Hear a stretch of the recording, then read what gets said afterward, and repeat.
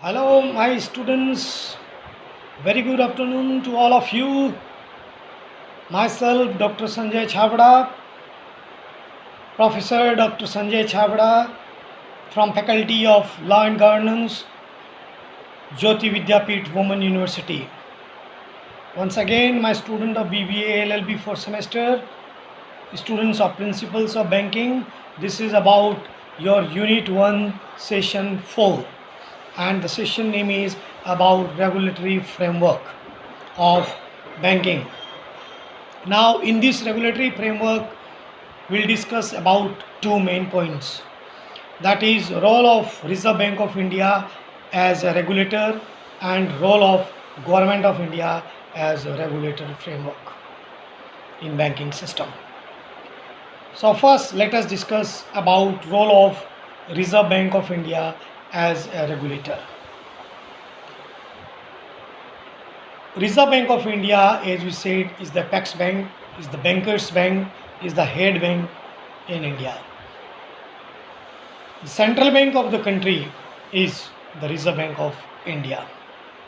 It was established in April 1935 with a share capital of rupees 5 crores on the basis of the recommendations of the Hilton Young Commission. Hilton Young Commission established Reserve Bank. It was established in 1935 with a capital of rupees 5 crores. The share capital was divided into shares of 100 each, fully paid, which was entirely owned by private shareholders. In the beginning, the government held shares of nominal value of rupees 2,20,000. RBI, Reserve Bank of India, it was nationalized in the year 1949. The general superintendence and direction of the bank is entrusted to Central Board of Directors of 20 members. The governor and 4 deputy governors, 1 government official from the Ministry of Finance, 10 nominated directors by the central government to represent the 4 local boards with the headquarters at Mumbai, Kolkata, Chennai and New Delhi. Local boards with the headquarters at Mumbai, Kolkata, Chennai and New Delhi consists of 5 members, each central government appointed for a term of 4 years to represent territorial and economic interests and the interests of cooperative and indigenous banks. The Reserve Bank of India Act 1934 was commenced on April 1935, and the Act 1934, Para 2 of 1934 provides the statutory basis of the functioning of the bank, of the functioning of Reserve Bank, and the bank was constituted for the needs of the following. Number 1, that is in regulatory framework, why RBI was constituted. Number 1, to regulate the issue of bank notes. The currency which we are using, money, paper money or coins. So when we are using paper money, from where this paper money comes from? Who is the producer of this paper money, currency, money, bank notes?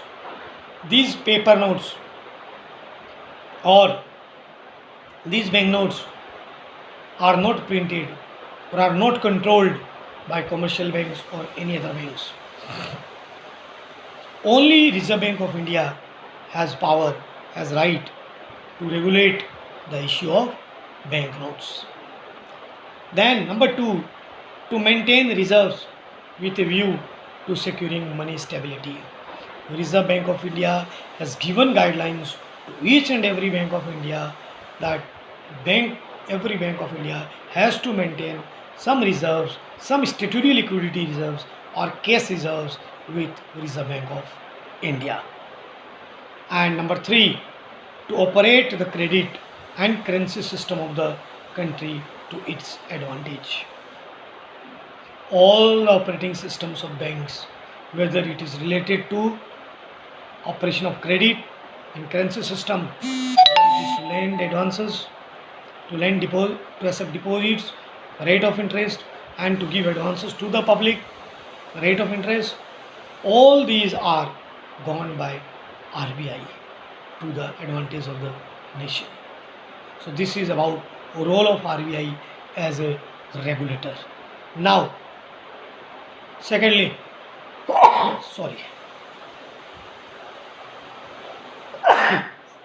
role of Government of India as a regulator of banking system. Bank regulations are a form of government regulation which subject banks to certain requirements, restrictions and guidelines. This regulatory structure creates transparency between banking institutions and the individuals and corporations with whom they conduct business, among other things. Given the interconnectedness of the banking industry and the reliance that the national economy hold on banks, it is important for regulatory agencies to maintain control over the standardized practices of these institutions. Supporters of such regulations often hinge their arguments on the too big to fail notions. Arguments will always be there, always there will be in the favor and in the against, debates will always be there. So supporters of such regulations often hinge their arguments on the too big to fail notion. This holds that many financial institutions, particularly investment banks with a commercial arm, hold too much control over the economy to fail without enormous consequences. This is the premise for government bailouts, in which government financial assistance is provided to banks or other financial institutions who appear to be on the brink of collapse. The belief is that without this aid, the crippled banks, the crippled bank would not only become bankrupt, but would create rippling effects throughout the economic, leading to systematic failure. So we have discussed about role of RBI as regulator and role of Government of India as a regulatory in banking system. Now why this regulatory system is there about RBI and Government of India? There are some objectives of bank regulations. So objectives of bank regulations and the emphasis very differs between jurisdictions. The most common objectives are prudential. Number one, prudential. Prudential means to reduce the level of risk to which bank creditors are exposed, or we can say to protect depositors, bank depositors. That is number one objective of bank regulation. That is number one, prudential, to reduce the level of risk to which bank creditors are exposed, that is to protect depositors. Number second objective is about systematic risk reduction, to reduce the risk of disruption resulting from adverse trading conditions for banks causing multiple or major bank failures. That is systematic risk reduction. Number three objective is avoid misuse of banks. Nowadays we used to come across many misuses of bank. We used to read in the newspapers or in TV news channels. Bank gives so many loans, so many advances, and that defaulters, they used to fled away from the country. So to avoid this misuse of banks, bank regulation is very important. Now to reduce the risk of banks, being used for criminal purposes, that is laundering, money laundering, the proceeds of crime. Fourth objective of this regulation is to protect banking confidentiality. This is fourth object. Fifth object is credit allocation, to direct credit to favored sectors. In case of emergency, in case of requirement, Reserve Bank or this regulatory framework can direct bank to divert their credit allocation from this one sector to another sector. Then number 6 objective is it may also include rules about treating customers fairly and having corporate social responsibilities, that is CSR. Corporate social responsibilities very important these days. I'll repeat this last one, that it may also include rules about treating customers fairly and having corporate social responsibility. So these are the 6 objects or objectives of bank regulations.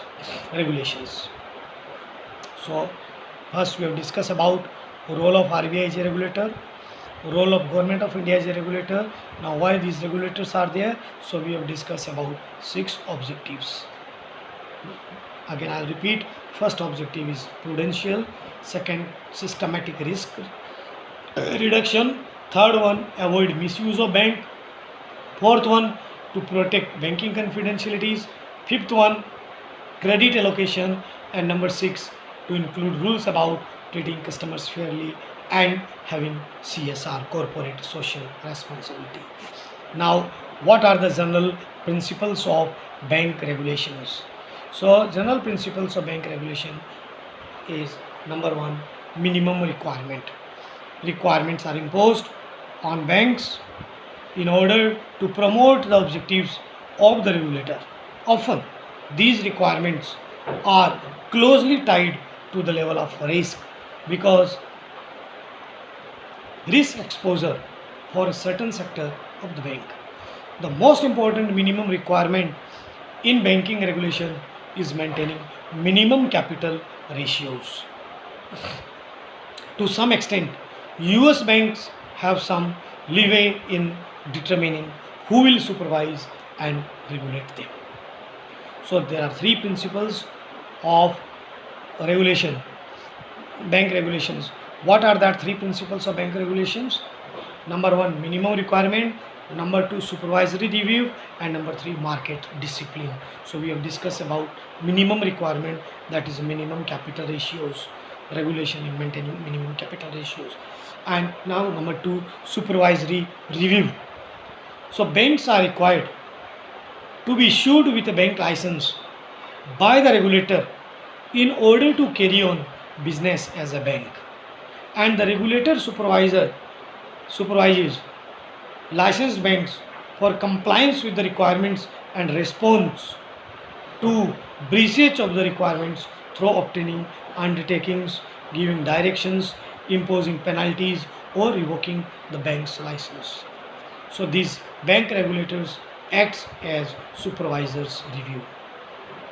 They used to give license to the bank to carry on functions of a bank, but if they'll find that the banks are against the benefits or against the desired objective, working against the desired objectives, or is to breach the requirements, then their undertakings, giving directions, imposing penalties, and even they can go to revoke bank's license also.